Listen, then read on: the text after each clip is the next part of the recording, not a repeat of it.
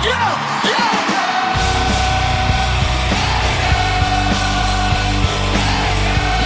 Yeah, we start to play. Steelers by the lake. Wouldn't know what to say. James Strong, Cody Tanner, hosts on the mic. About to dive in deep, keep it live, that's right. Welcome to the Steelers by the Lake podcast. My name is James Strong, joined once again by my co-host Cody Turner. Cody, how are you on this fine Victory Monday? Oh, James, I am doing just lovely. Oh, my Lanta, James. We have a Victory Monday again. It seems like it's been a little bit. It actually really hasn't. It really hasn't. We won last week against the We Raiders. won last week. Yep. It just feels weird after going, we're on a roll again. There's a lot to discuss with this game. There's a lot to discuss in a lot of different aspects, James. But before we do anything, how are you? Doing well, man. Doing well. So happy to talk about some success and a little bit. Wow, biggest scoring output in a while for Pittsburgh. I'm curious to see. I'll do some research while we're talking about stuff to see when the last time we put up 37 points was. There's a chance it was the loss against the Jags in the playoffs when we put up 40 and they put up over like almost 50. Man, I hope we did that before that, but I feel like the last couple of years we did not make it to 37. No, definitely not. But before we go too far on the game specifically, James, let's also take a look at some roster moves and things that happened before the game. Yeah. So previous to the game, we had a roster spot open that was actually filled by outside linebacker Ade Ogundeji. I know I told you guys last week I wasn't going to have to say his name anymore. I do. So he's back on the 53-man roster, and that had a lot to do with the outside linebacker position, the depth there and what was going on. And then they had a couple elevations, Cody. Yes, a couple elevations. They elevated Brandon Johnson, the wide receiver, who we got to see a little bit a few weeks ago, and running back Jonathan Ward, another guy that we've kind of been hot and cold on. He runs pretty hard when he's in there. But don't see a lot of him to get a good sense of what he can do. But both those guys were elevated for game day. James, we also had some inactives. Quarterback Kyle Allen as the third emergency quarterback. He's obviously dressed just in case, but he was listed as inactive for the game. Wide receiver Roman Wilson. He was back for one game and back on the inactive immediately. DeMonte KZ on the inactive list. Running back Aaron Shamplin. Shampy, don't worry. We did message your girlfriend on TikTok, or I responded to her video because she was very excited to see you play in your first game. Linebacker Nick Herbig, center Zach Frazier, and the running back / kick return masterpiece of Cordarrelle Patterson, all listed as inactive for the game. But James, you have something to say. Something very unique about this, Cody, that a couple of things. If you listened to us last week, you heard us tell you about who was projected to be out for the game. Alex Highsmith was listed on Friday as projected to be out, which we thought was weird because he practiced in full all week. Yep. He did end up going. If you're looking for that last second update on what's going on, follow us on TikTok. I do an episode every week right beforehand to give you an idea who's going to be playing, tell you about the inactives and what that might do as far as the forecast of the game. Also, very, very weird to me. You elevate running back Jonathan Ward, and then you put running back Aaron Shamplin on the inactive list. Ooh. That's an odd one. You don't see that too often. I think Ward's the more explosive, the quicker dude out of the two. And I think Shamplin's a little more close to the skills of like Jalen Warren, Najee Harris, so it's kind of redundant. Yep. So my guess is they did that to have the faster change of pace type dude.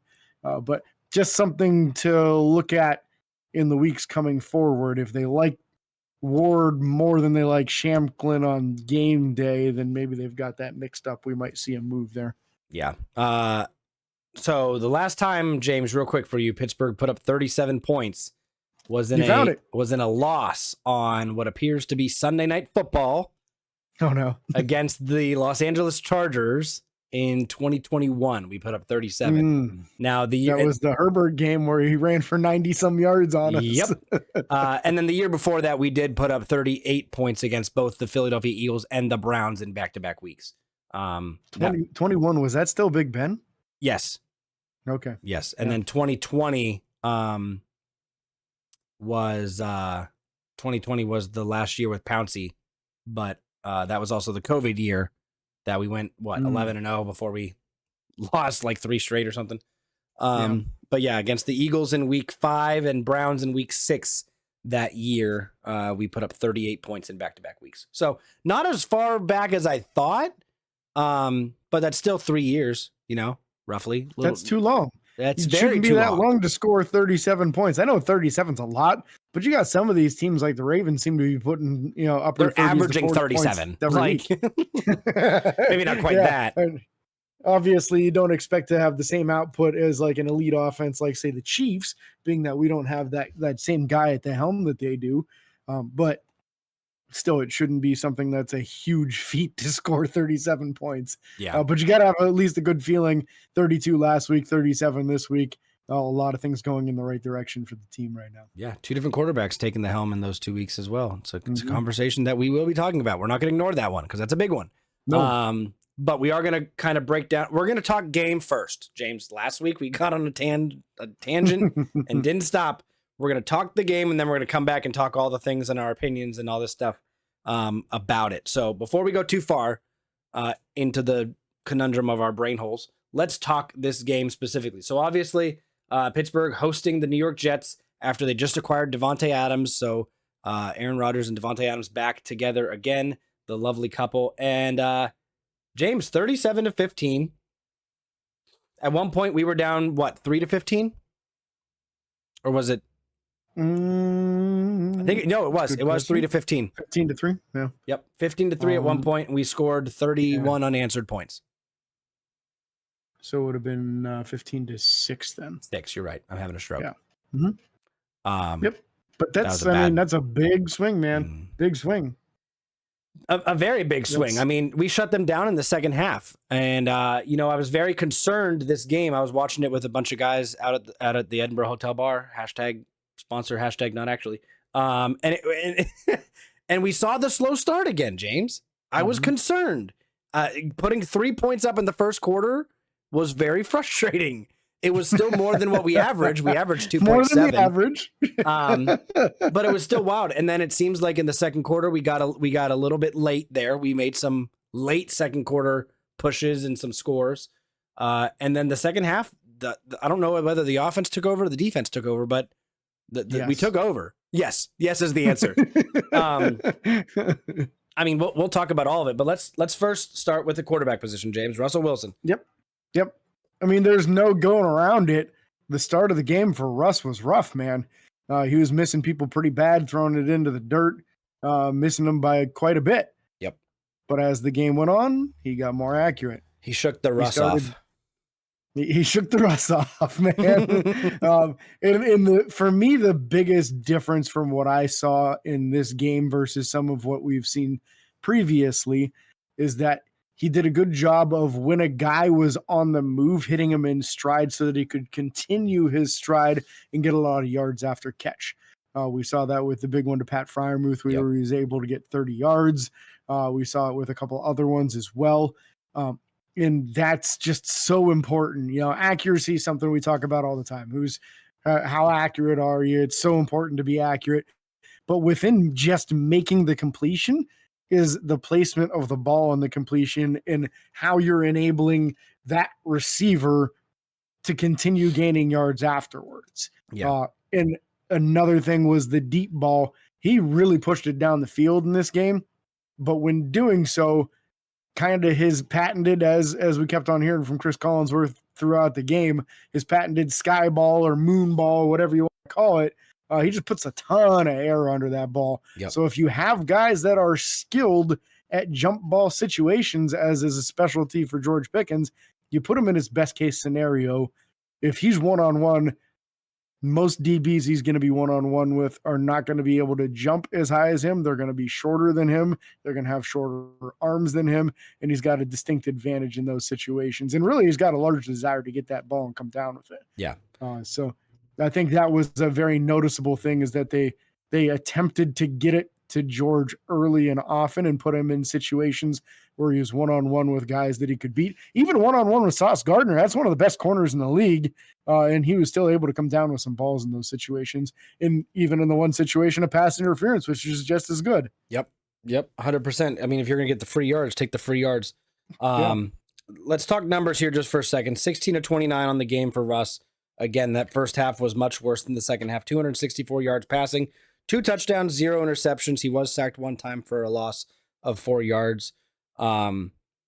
James, in this game, I truly do feel like, and I think we have slightly different opinions on it, but I'm going to quote the good Charles Barkley from yesterday. I think it was yesterday or 2 days ago. Charles Barkley talked about this. My buddy Nick Pretzel, our friend of the podcast, Nick Pretzel, mentioned this to me yesterday. Man, stats are like bikinis. They show some things, but they don't show everything. True. That's how I feel about this game. I felt like Russell. That's how I feel about it. I feel like Russell. There's an aspect where I almost feel like the completion percentage doesn't do a good representation of it either, because in the second half I thought he played better with accuracy. I thought once he calmed down and got things going, he played better with accuracy. The one thing I will say didn't improve, in my opinion, through as the game went on, was the accuracy of the deep balls. I felt like they were very underthrown. The Pat Freiermuth one was the one that I really thought he got out there and Pat had to fully extend for it and literally pull it in with one hand. But I felt like almost all of the passes to George were slightly underthrown to the point where, yes, George Pickens is now going to finally be able to make a name for himself as a number 1 deep threat because he's getting the deep balls. But I'd still feel like those could have been drastically better balls. If he goes up against a corner like Sauce again, or someone that can turn and make a play on that ball, that there's a chance that's picked. I mean, that's literally to the definition of 50-50 ball. And so, I get that. Yeah. But I would like to point out that the first 2 years, what we learned about George Pickens is that Kenny Pickett threw a mean back shoulder fade to him, which means the ball has to be a little bit underthrown. And through that experience with Kenny Pickett, we learned that is something that George really specializes in. He really excels in that situation, but it has to be just barely underthrown, not completely stop your momentum and come back to the ball like we were seeing in previous weeks. So that was the big difference to me. I agree 100% that there were a number of those that were underthrown, but they were just a slight enough amount underthrown that he could make a play for the ball and was able to come down with it because of that. Yeah. So I think that was a large part of it. Is neither guy is throwing a perfect deep ball right now. Nope. But are you putting it in a spot where your receiver can come down with it? Are we going to end the game with 260 passing yards or 130 passing yards? Well, and it's a big difference there. There's an aspect where I also feel like it's unfair to judge these two right now, because Russell's obviously having one game played against a very beat up secondary that got beat up even more during the game. Sauce had an ankle/knee injury happen. His knee buckled, his ankle twisted. Both their safeties in this game went out with injuries at one point, one with a concussion, one with a hammy. And then on top of that, I also feel like the game plan was different with Russell. I felt like we were making plays go down the field more. There were a couple times where I could tell, as soon as he snapped the ball, I was like, this play is designed to go deep. Like, I could just tell based on how Russell was backing up and doing his progression of his steps that he was looking, and he was immediately looking for a long bomb. I don't think we got to see a ton of that from Justin, and I do blame some of that on coaching. I think that they took it, and that's not a bad thing. I just think it's unfair to compare. I think they did a good job of making sure that Justin Fields was able to run if he needed to run and had that opportunity, and I don't think they pushed the ball downfield because of that. I also thought the offensive line did better than they have recently with blocking in both pass and rush. So there's improvement on the offensive line that Russell Wilson now got to experience a little bit of benefit from that Justin didn't necessarily. I mean, the first 6 weeks we had 6 different combinations of offensive line. I think this is the first different. 5 different. Okay. Yeah. But so that's my point, is Russell now is playing with an offensive line that has a little bit more playing time together underneath their belt. They're a little bit this more was in a brand sync. new unit too, though, because of the new center. Yeah. Okay. That's what I figured. I couldn't remember if he played last week or not. Well, he played a little bit last week, right? A little, yeah. Okay. Mhm. But yeah, I don't know. It's a struggle because it's going to be a conversation, and I'm already going on a tangent. We need to get back to the game. No, this is an appropriate time to have this conversation, in my opinion, because we always start talking about quarterbacks, so we got to talk about it, right? I mean, this is not something to dodge. I agree with you as far as the offensive line. I felt that Broderick Jones still struggled in this Yep. game, but we really saw some nice blocking out of the other guys. McCollum had one bad hold, and outside of that, kind of looked the part. Mason McCormick was a monster in this game. Mhm. Isaac Sayamalu showed people the definition of submarine anytime they tried to do a short yardage plunge, a quarterback sneak, tush push, whatever you want to call it. Sayamalu is getting a heck of a push, and Dan Moore's getting a hang of that now too. Yeah. He must be taking some tips from Sayamalu. They've got like a They got to wide be open practicing area it now behind them. in Yeah. practice. So Yeah, absolutely, absolutely. And as far as like fields and the plays, I've seen a lot of film lately on some of the decisions he was making in some of these games where you'd have a guy in the flat, like let's say around like a 3-yard out, and then a guy, 10 yards down the field from him, and there's no one near the guy down the field, but he's taking the guy in a shorter pattern. yeah. And that's not a lot of that, I think, is just him being so worried that he's going to lose the starting job if he throws an interception that he's taking the easier throw, but taking the easier throw is what's going to cost you the job. Yep. And I understand that. And I think the reason that I was going to bring that up as well is his fear of, when you look at his games all year, he's slowly improved up until the last 2 games. And I think the last 2 games are when he started feeling the pressure, like, hey, they're talking about it. I'm sure Mike Tomlin talked to him about it. I don't believe for 1 minute that coaching staff ignored Russell's health improving. I think they talked to him about it. I think that added some pressure to his game. When you see his yards go from 156 week 1 to 117, 245, 312, and then drop all the way back down to 131 in a game I thought he still played fairly well against Dallas but lost, and then 145 against the Raiders, I feel like he took a little bit of hit to the confidence that he had as the starter. And there was even a time where he was asked about the identity of the offense, and he's like, I don't know what you mean. And that confused me. That really confused me. Because I think every quarterback's been asked that about their team sooner or later. Like, what's your identity? And the way he didn't even dodge it. He just didn't know how to answer it. And I think at that point, he already knew he was on the way out. I don't think he... Here's my opinion on that. When he didn't answer it, I think he didn't answer it because he didn't want to have a really awkward conversation, because for the last 6 months, we've been hearing about this team's going to run the ball. We're going to smash you in the mouth. Yep. We're going to be a hard-nosed run-first team. And he knows that that's what the mission is, but he didn't want to say it because they were struggling to run the ball.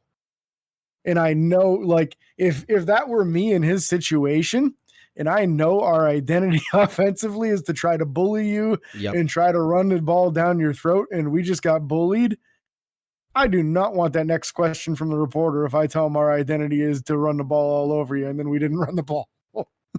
Like, not effectively anyway, Yeah. Where Najee was coming off that one game where it was less than 2 yards a carry. It was like 12 carries for 19 yards, and just the offense was not doing what it's supposed to be doing. Yeah. And I think this is as good a time as any to bring this up. I think what our team benefited from most with Russell Wilson in this game was the leadership. I don't think it was, it clearly wasn't his accuracy. I don't think it was his deep bomb. I don't think it wasn't his mobility. He didn't really scramble a whole lot. Thankfully, he didn't get sacked a whole lot either. But I think his leadership ability affected the group of young guys that we have very, very much. We talked about it during the pregame or the pre-show here, and I said I feel like the team got their swag back. Like, when I tell you this team it just played harder than I feel like I've seen them play all year, I mean that. But I don't think it's because of anything different play calling or this or that. I think that Russell very much has a cool, calm demeanor. And I think that guys like Najee, George Pickens, Pat Freiermuth can build off of that. They're not vocal guys. Najee can be, but not naturally. I don't think George isn't very vocal unless he's upset, and that's not a bad thing, I don't think either. He's allowed to be upset when the team's struggling. But I think that in the huddle, the things that are being said on the sideline, I think that the leadership ability of Russell is what impacted them the most. Even at the end of the game, I feel like 9 times out of 10, Najee Harris doesn't run that ball into the end zone. 9 times out of 10, he falls down at the 1 yard line. We've seen Najee do that in the past. And I felt like this team, he was just like, we're back. It was a we're back kind of feeling. It was a, hey, we came in, everyone expecting us to lose with Aaron Rodgers and Devontae Adams back together. And this entire team, especially on the offense, we'll get to defense later, took this game and kind of ran with it. Again, the first half wasn't impressive. First half was very rough for Russ. But seeing the plays that George made, we'll get to the receiver stuff. I don't want to go into that right now.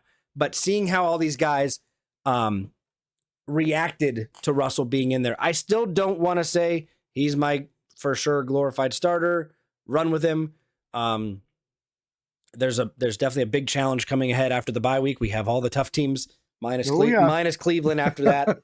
So it'll be interesting for sure to see how this all plays out. But again, overall, Russ had a good game. Yeah, step in the right direction. And one of the things that the team benefited from, I would agree, is when you're able to complete those deep balls, and regardless of whether you think it's the most accurate or effective, the completions happened, the yards happened. You can't stack the box. Nope. You can't have your safeties up on the line because you keep on completing these deep passes. They had no choice but to back off, which really allowed that rushing game to open up. And again, 2 weeks in a row have a very successful rushing game. So I think the success of the pass and the threat of it was, but also I felt like Russ did a nice job moving within the pocket without scrambling. Agreed. And that's such an important thing, is feeling the pressure, knowing where the guy's coming from, taking those 1 or 2 steps forward, left, right, whatever it may be. There was one play where he had a play action. When he came out of the play action, there's a guy coming straight at him.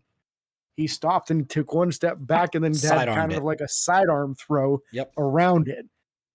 And that's something that is just, it's an experience thing. Yep. He sees it. He knows what to do because he's done it 100 times.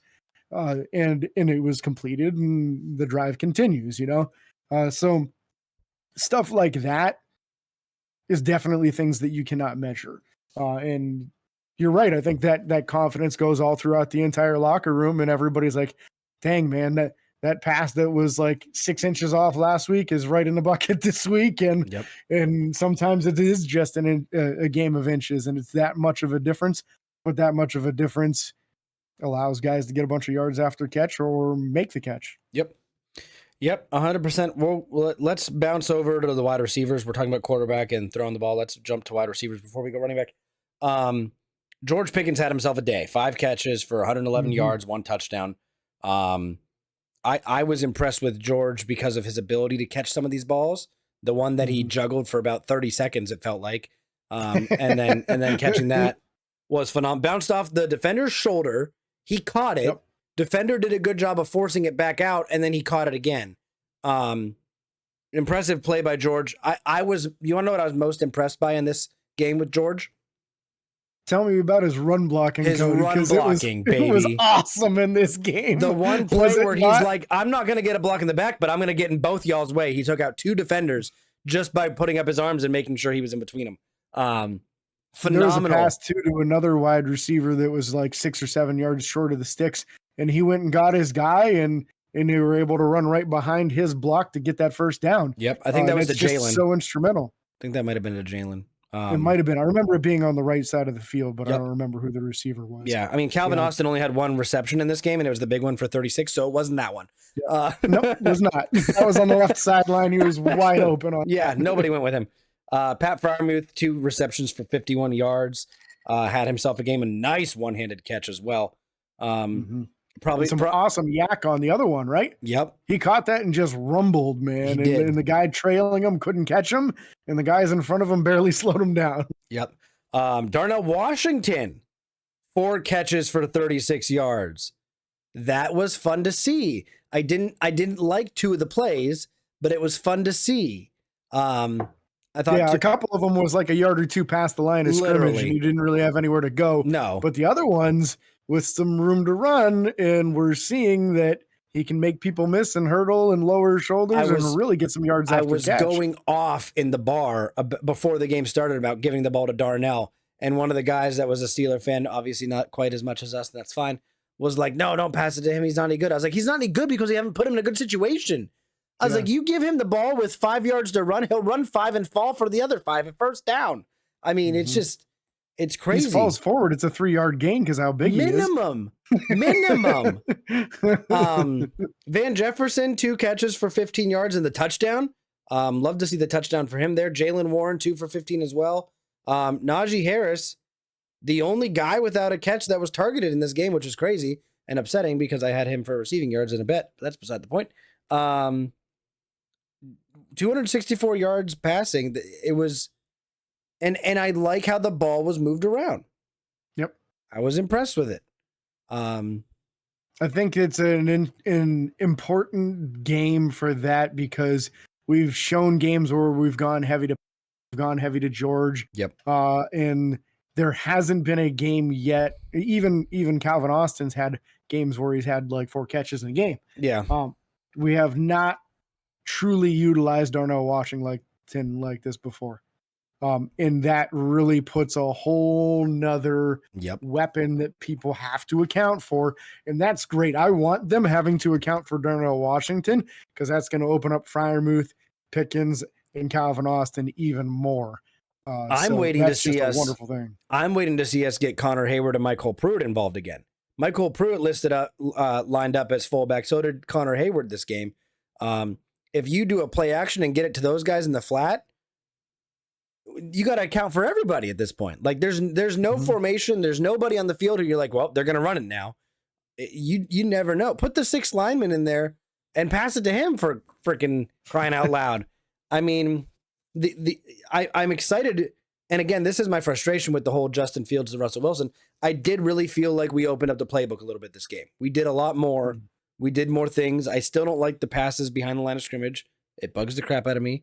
But overall, it was a phenomenal game by this receiving corps. When they got the ball in their hands, they made things happen. So, love to see it. And a couple of these drives by this offense this week, too, were really long drives. Except for one. 70, 80 yard. Yeah, obviously the one. The 1 yard. Yeah. But that was something that stuck out to me right away is that they were able to sustain some very long drives and then finish them and get in the end zone. So that's a real nice welcome change. But that comes with such high yardage totals, right? Yep. You get that, you're bound to be completing that. So let's touch base with this running back room. We kind of skipped over him.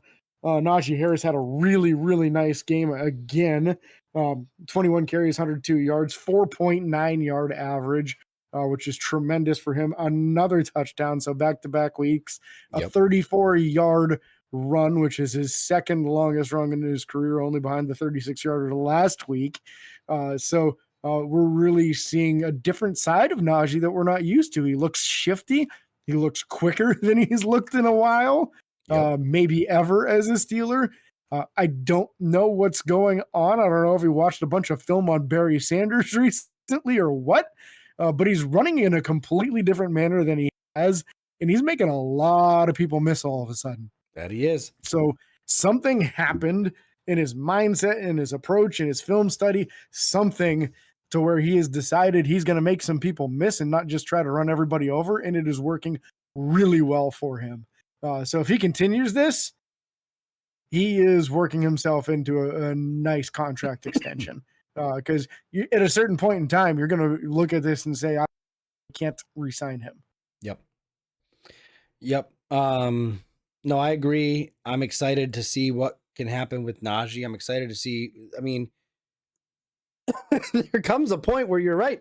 I mean, unless you're going to go out and draft somebody else early, which I don't want to see that happen. Najee is proving that he can be the future. And especially with the downfield running, when he gets blockers in front of him, when he gets to the open field. That's why I hate when I know that he scored last week on the pitch. But I hate doing that to Najee. I want to get him into open space early through a gap, whether off the tackles, inside the guards, right next to the center. I don't care where the hole is. I feel like he gets a lot more momentum when he runs like that. But he's proving with the upgraded blocking we've experienced this past week or two that he can get outside. It's just not natural for him, especially in the NFL with the faster defenders, bigger defenders. In college, it was a little different. But he's proving that he can still put up yards against these guys who are, faster, bigger, stronger. He can get outside, get upfield. So I'm hoping that continues to improve. Jaylen Warren, again, like you said, 44 yards rushing for him. Love to see that. 3.7 average for him on the game. He still had a 10-yard run, which was a first down. So I'm excited for the potential here. I think that there's a chance next week you might see us run a little bit heavier than what we did. I could see 40-plus carries next week. Not saying I want to see that, but I just think that that's something that might be part of the game plan for next week. There's a chance we go up a little bit earlier than we did in this game against the Giants. So, and then obviously let's talk offensive line. We talked about, Broderick struggling a little bit more. Dan Moore had some good blocks. Isaac Siamalu with the tush push type blocking. I thought Ryan McCollum outside of the one hold played really well. The one hold was very, very bad. But Quinnen got some serious penetration and he held the crap out of him, and I get it. But save your quarterback. So and honestly, Mason McCormick is starting to put a name out there for himself. He's putting some back-to-back good film. He's kicking butt. He's showing energy. He's pushing the pile after the play is over. And that's kind of an underrated thing in this game too, is I felt there was probably 3 times in this game where Pittsburgh was pushing the pile and the refs called it dead while it was still moving. Twice. And it drove me once nuts. It was short of a first down on a 4th because of it. Yep.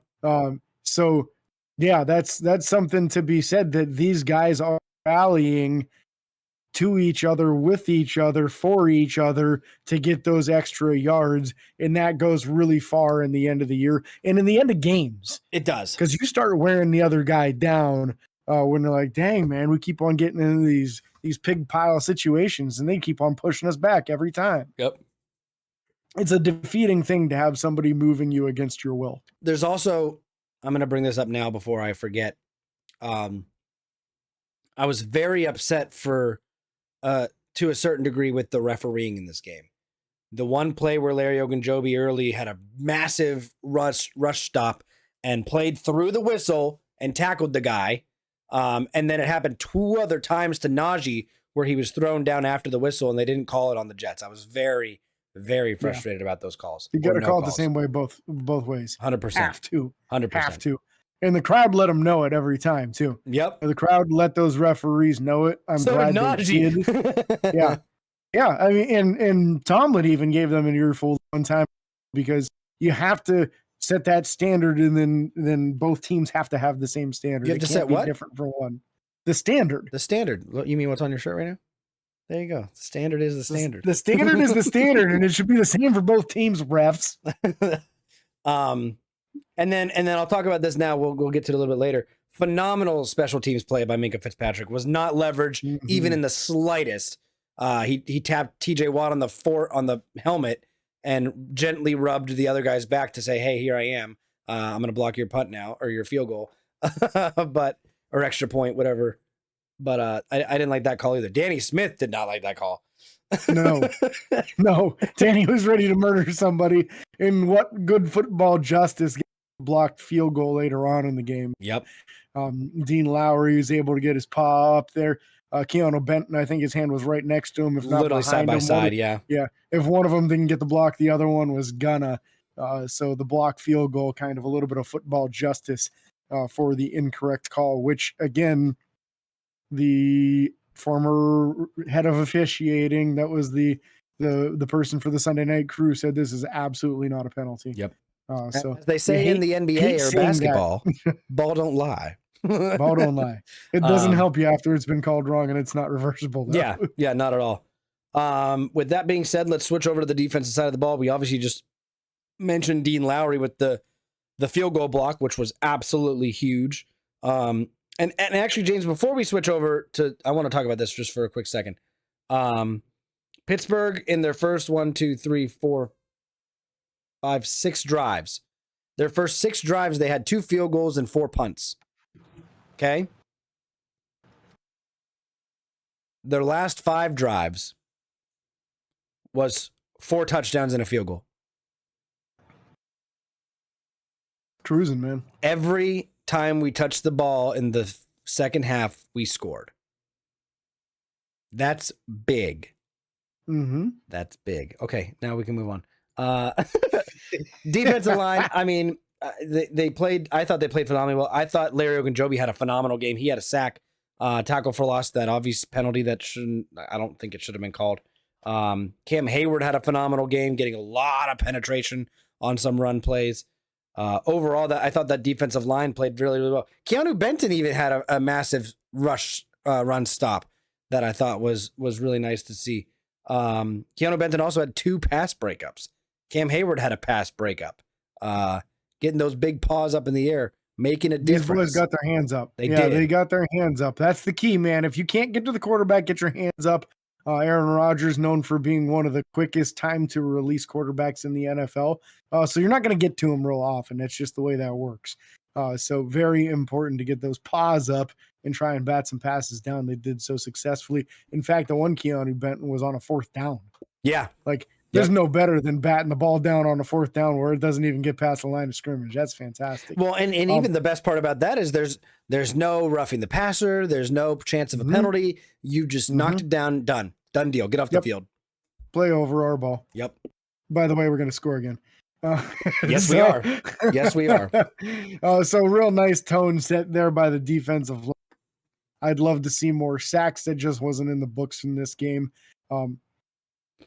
The outside linebacker crew, I thought this was an awesome game from Alex Highsmith, and it's not really going to show up in the stat line, but boy, was he getting a lot of pressure on the quarterback. I thought the same thing from Jeremiah Moon, which was impressive. I thought he was making some big plays. He obviously never got to the quarterback. A couple times he got deep, he beat his guy downfield, and the guy almost had to hold him. I think 1 or 2 of them could have been called, but he's a no-name guy. He's not going to get those calls yet. But I thought Jeremiah Moon, when he came in and had to sub in, he wasn't a liability. He wasn't a concern. There was one time I thought it was the play that Landon Roberts took out TJ and the other guy, and TJ had to come out for a play. Yeah. And I got worried as soon as I saw Jeremiah Moon come in the game. Now, he didn't have to play that down, luckily. Somebody called a timeout. I think the Jets did, and then TJ went back in. But it's exciting to see a 4th outside linebacker on this team that's not a liability. Mm-hmm. So that's exciting for me personally. TJ Watt obviously had a quiet game. Comparatively, no sacks. He had to go against the tight end to start off every single rep. He had to go against the tight end and a running back half the time. Yeah, before he could even get to the offensive tackle to try to actually start a pass rush move. Yep. So a very effective job by the New York Jets.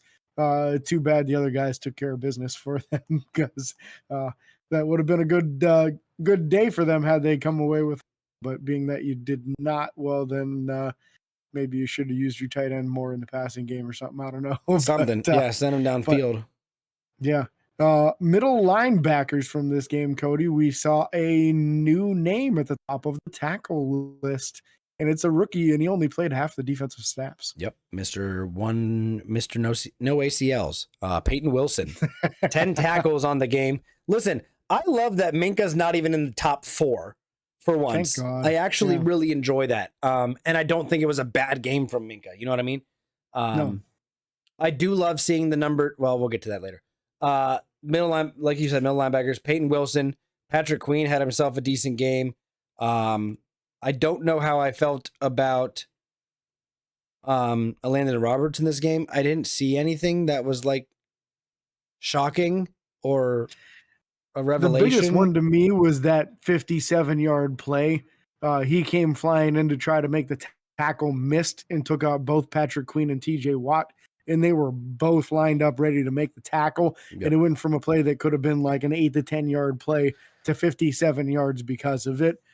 So that's just one of those things that, in that situation, especially with a really explosive, dynamic running back, sometimes instead of trying to get that knockout hit, you're better off to come to balance and trap him. Because had he just trapped him on his side, Queen had the front, TJ had the left, and he came in and blew up his own guys, and the running back took off for a huge gain because of it. So just really important to play good team ball in that situation and not so much worry about the big, huge, devastating hit.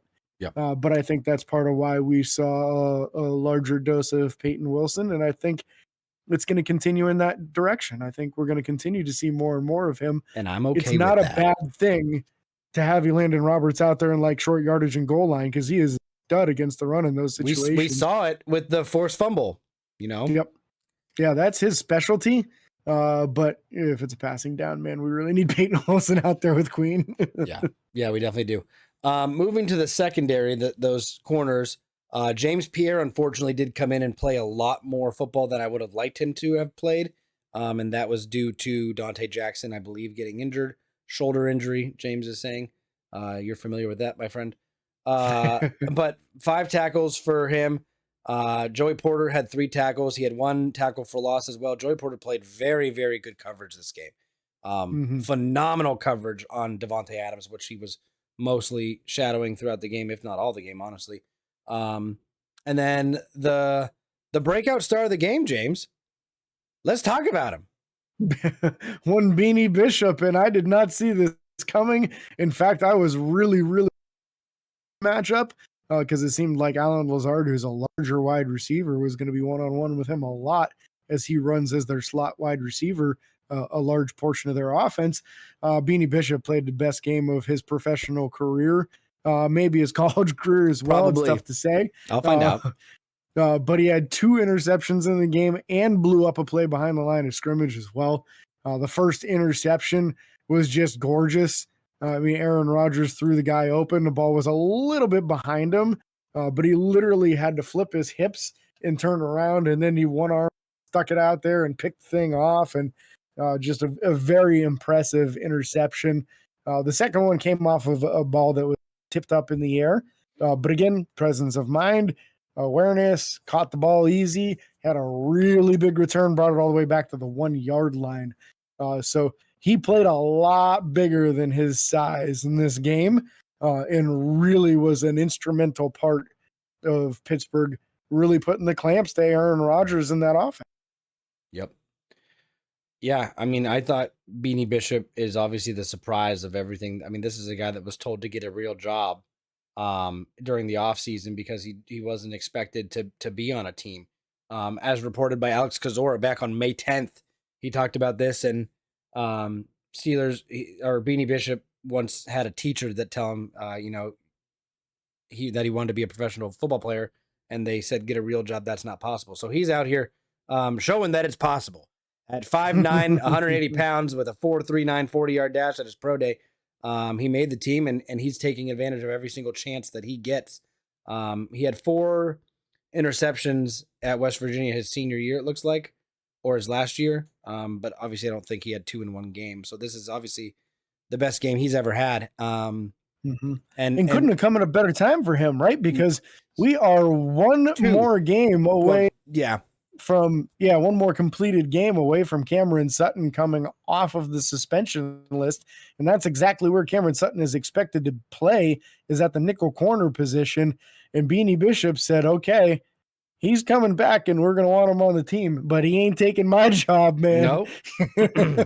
But there's nothing wrong with having 4 decent corners on the team. Let me tell you that right now. We'll take it. I don't know the last time this happened, quite frankly. I don't think it's happened in my lifetime.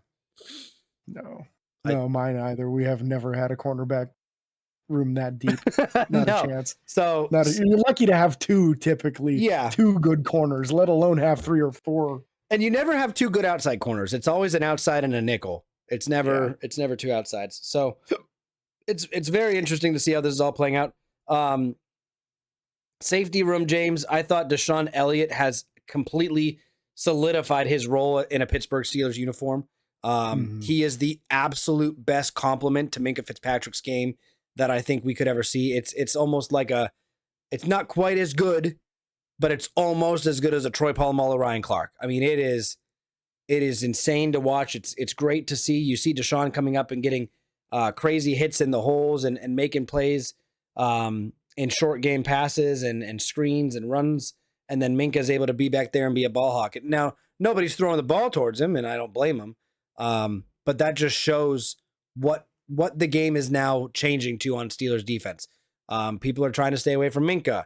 They're trying to force the ball into places where they think they have a weakness. Well, guess what? Beanie Bishop isn't a weakness anymore. So you got to figure something else out.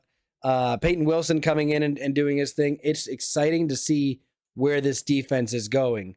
I would say if anybody on the day in the secondary was not all that good, it was James Pierre. James Pierre got beat up a couple of times in coverage. But again, he's not even expected to play. No. He's not supposed to be out there. It's just that Dante Jackson got dinged up and was unable to return to the game. And if that happens, they only had 4 healthy corners. So and if it happens after next week, it's going to be Cam Sutton or somebody else. And I don't think we're too far away from Corey Trice probably being healthy enough to come back either. You're telling me we have 5 good corners? There's a possibility of it, yeah. I'm going to have I don't know what I'm going to do. I need to buy a jersey. You're going to enjoy it? Yeah. Don't buy a Cam Sutton jersey. No, I would not. Don't buy a Dante Jackson jersey either. Those guys both have on their deal. Listen, maybe Beanie Bishop and definitely Joey Porter Jr. Yeah. Those aren't the next 2 for sure that I'm buying, but like they're on the list.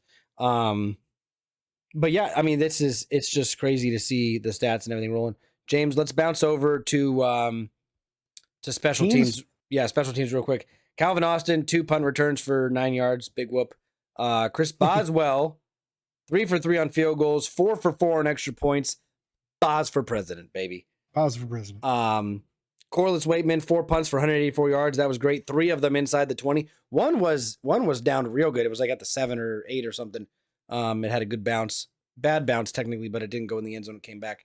That was Rodney Williams on that one, right? He fielded, I think. Yeah.